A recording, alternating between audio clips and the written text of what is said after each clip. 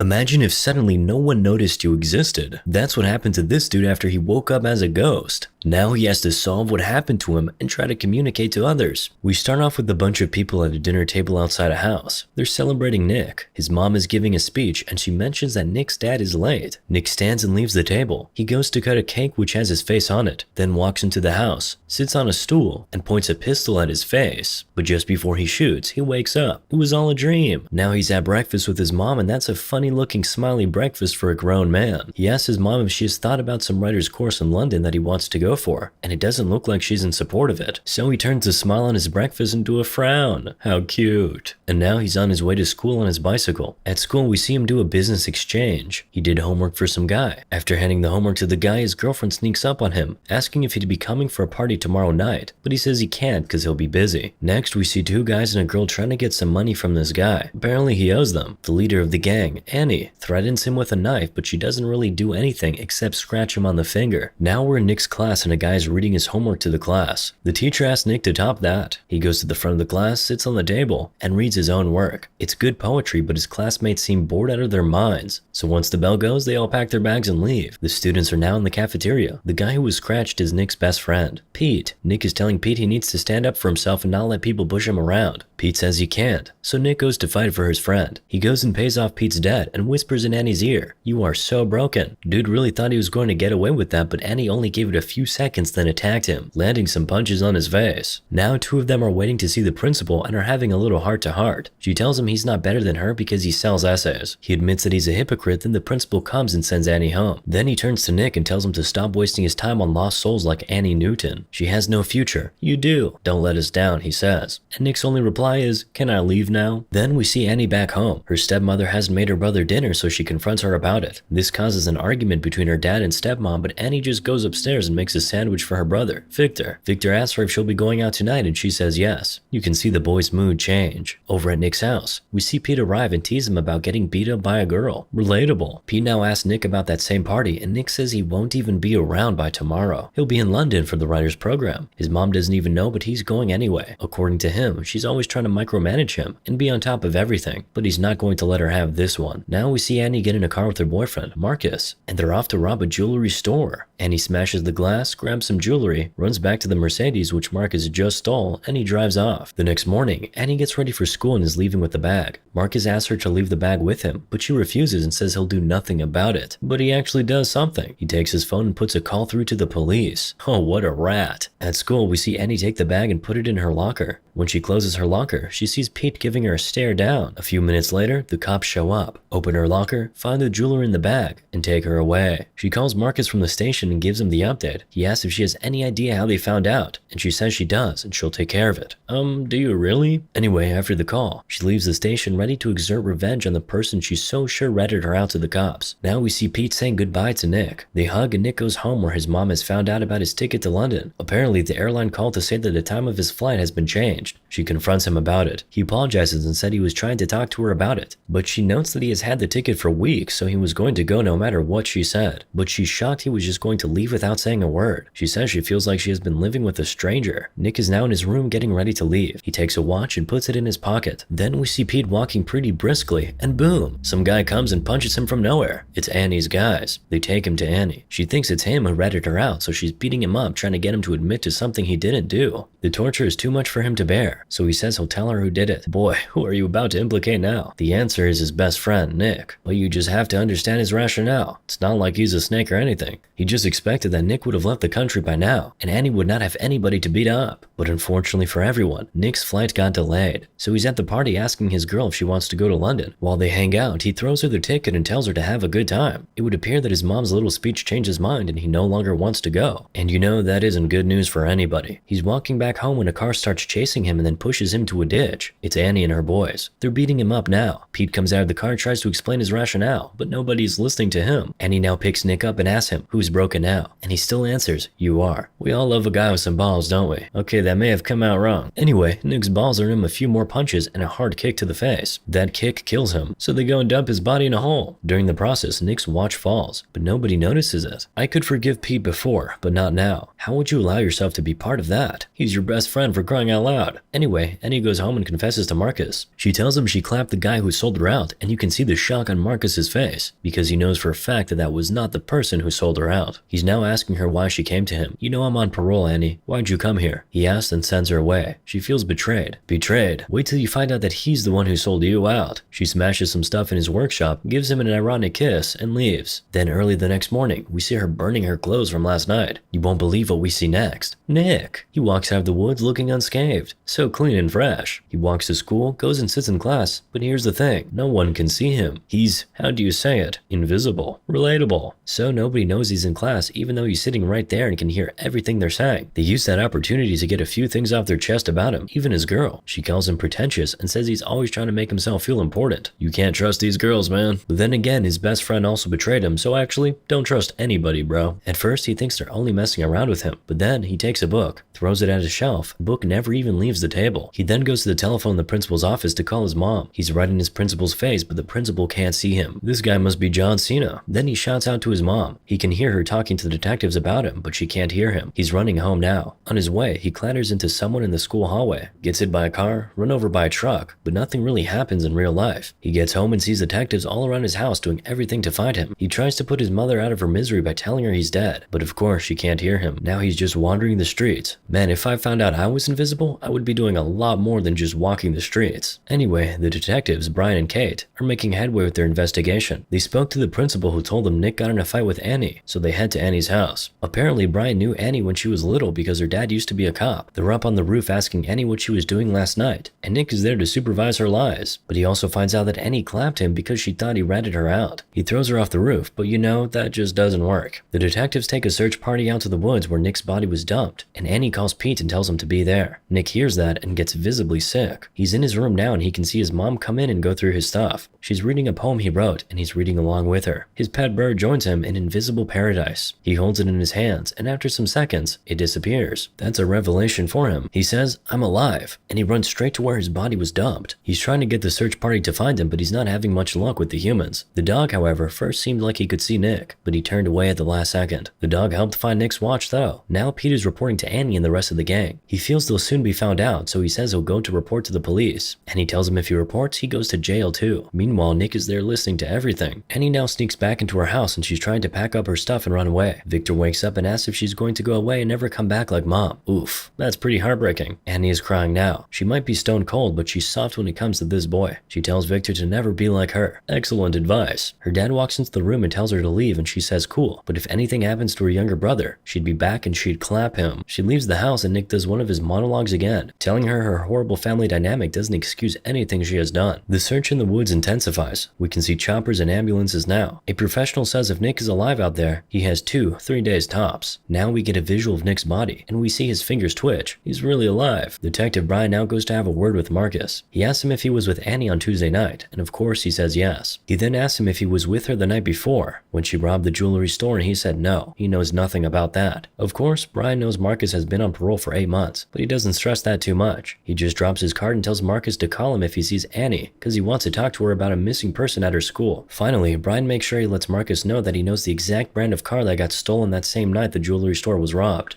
Nick is now telling his mom how he knows this won't change a thing for her, cause she always has everything under control. He's shouting at her, shaking her, scattering everything on her table, even throwing a chair through the window. But of course none of that actually happens. A few moments later, his mom breaks down and starts crying. She's really weeping and calling out Nick's name. Pete is taking a walk under the rain when Marcus comes from nowhere, grabs him, and points a gun at his chest. Marcus tells Pete that he's being followed by the police, and he actually is. He takes him into the woods and Pete points to him where the body was dumped. The next day, Marcus tries to trick Annie to come to a location location so he can clap her, but she suspects something, so she calls Pete and tells him to go instead. Pete goes and is followed by Detective Kate, after Nick did his best to get her to wake up and look. Pete is now at the bridge with the two guys while Annie is watching from a distance, but then Marcus comes from behind her and points a gun at her back. He takes her to the bridge where the rest of the guys are and tells Pete to go home. He runs home. You can see how thankful he was that he was asked to go. Marcus says they have to move quickly because there's a tail on Pete, and he's right, but it's too late now. The cops are already here. Annie then grabs the shotgun from Marcus and is pointing it at the cops, but they're surrounded now. But Annie is one hell of a survivor. She manages to climb out and escape. Peter Parker would be extremely proud. While she's running away, Nick screams, "They'll catch you, Annie," and it seems like she heard him, because she turns around and yells something. So Nick goes, "She heard me." She goes to a club and sells a ring which belonged to Marcus to some guy. After he pays her, she decides to stay back and do a little dancing. She takes off her hoodie and beanie, and is now doing the signature white woman dance while Nick is just watching her. The next day, she goes to her mother's grave, and she says she's sorry. Then Nick starts talking about how sometimes he wishes his mom died, instead of his dad, because of how much pressure she puts on him. He now reaches out to Annie and touches her shoulder. He says he knows she can hear him, so he tells her just to tell them where his body is, but she just stands up and leaves. He follows her. She breaks into the school at night and puts some money in an envelope for Victor, and puts it in her locker. Nick is there to tell her he's dying, and he doesn't have much time left, and ironically, she's the only one who can save his life. You can tell she can hear his voice in her head, so he screams her name and she turns around, but she can't see anybody. She's miserable now. She goes to take a shower, and being a good boy, Nick makes sure not to look. Meanwhile, Nick, the one in the hole that is, opened his eyes at this point. Annie is sleeping now in the basketball court, and Nick is right beside her, running his hands through her body and calling out her name. He oversleeps and is woken up by the basketball team that comes in for practice. How are you a ghost and oversleeping? Or sleeping at all for that matter? Anyway, now we see Annie in Nick's house. She's going through his old photos and getting nostalgic. Do not tell me these two are falling in love, because even Nick is out here smiling while his body's decaying in that hole. Thankfully, Nick's mom comes in and kills whatever romance was brewing. Annie runs out of the house and straight into the woods to where they dump Nick's body. And Viola, the body isn't there. Nick is telling Annie that someone was there to move his body and he's asking her to think. She sees the substances that she found with Pete days back, and that tells her that Pete was here, so she goes after Pete at school. Pete is now telling her that Nick didn't even rat her out in the first place. He then confesses that he and Marcus moved the body, so she goes after Marcus. She ambushes him in his car, just outside a police station. Then she takes him to a precipice and tells him to go on his knees. Role reversal moment. Then she points a gun at him. Meanwhile, Pete is trying to self-delete. Nick is begging him not to do it, but Pete can't even hear a thing. But here's the beautiful thing. While Pete is in that transition zone where he's not dead yet, but not fully alive, he sees Nick. They can see and talk to each other. Nick is now asking Pete where he moved the body to at the same time Annie is asking Marcus the same question. They both answer about the same time. After they do, Pete's parents rush into his room and find him in the state he's in, and Annie just leaves Marcus and turns around to go find Nick. But not clapping him turns out to be not a very good idea, because Marcus stands up and shoots her. She doesn't die though. She has enough in her to shoot him and stand up and call Detective Bryant. She tells him where Nick is and tells him she left something for her brother in her locker, and he should make sure Victor gets it. The cops rush off to the dam where Nick's body is, but of course, Nick gets there before them. He finds his body and he's now touching himself. Oh no, not in that way. He's with his body now, but you know, he can't save himself. The dam gates open and Nick is drowning. Kate calls for the gates to be closed and now the cops are looking for Nick. Brian finds him and they all rush there. Indeed, he's alive. They rush him into the ambulance and Annie is there watching from a very far distance. She's still bleeding. She gets into her car and sort of blacks out for some time. She's woken up later in the evening by a cop who asks her to come down from the car, but she doesn't and just drives away instead. As expected, they start chasing her. At the hospital, Nick's mom is watching as the doctors try to save her son. The police finally surround Annie and they all have guns pointed at her, but she hears Nick's voice in her head saying, "I need you, Annie, I need you." And that was all the fuel she needed. She steps on the accelerator and drives through the police blockade. She gets to some place, dumps the car, and completes her journey on foot. Where does she go? The hospital, of course. Nick directs her to where his body is being operated on. She gets there and Nick's mom goes, "You have some nerve," the moment she sees her. Nick tries to play peacemaker, but you know, mama can't hear you. So Annie has to do it all on her own. She says she just has to talk to Nick, but Nick's mom lands a slap on her face. Annie then tells her that Nick is here, that she can feel him and hear him, that she knows what he wants. Of course, she doesn't believe her. So on Nick's directive, Annie tells Nick's mom about that time she was in his room reading his poems, and how he was with her then. She now asks Annie what she wants, and Annie says she just needs to see Nick. She can help him, but his mom says no. Annie hands her her gun, and says she knows she can bring him back. She finally lets her go in. Annie is now running her fingers through Nick's body. She apologizes to him and begs him not to go. while. She takes off her necklace, which once belonged to her mom, and puts it in his hand while she joins him on the bed and snuggles with him. When she does that, the invisible Nick disappears, and the real Nick wakes up and calls Annie's name. Annie says she wanted to do one good thing, and Nick tells her she did. She saved him. Then Annie taps out. Then we see Victor playing with a toy plane, and Nick shows up and has a conversation with him. Victor says his sister died, and Nick says they should send her a message. Victor's message is simple and short. Hey Annie. So Nick writes that on the plane for him, and they fly it. Moral of the story? I don't know, but that was sad.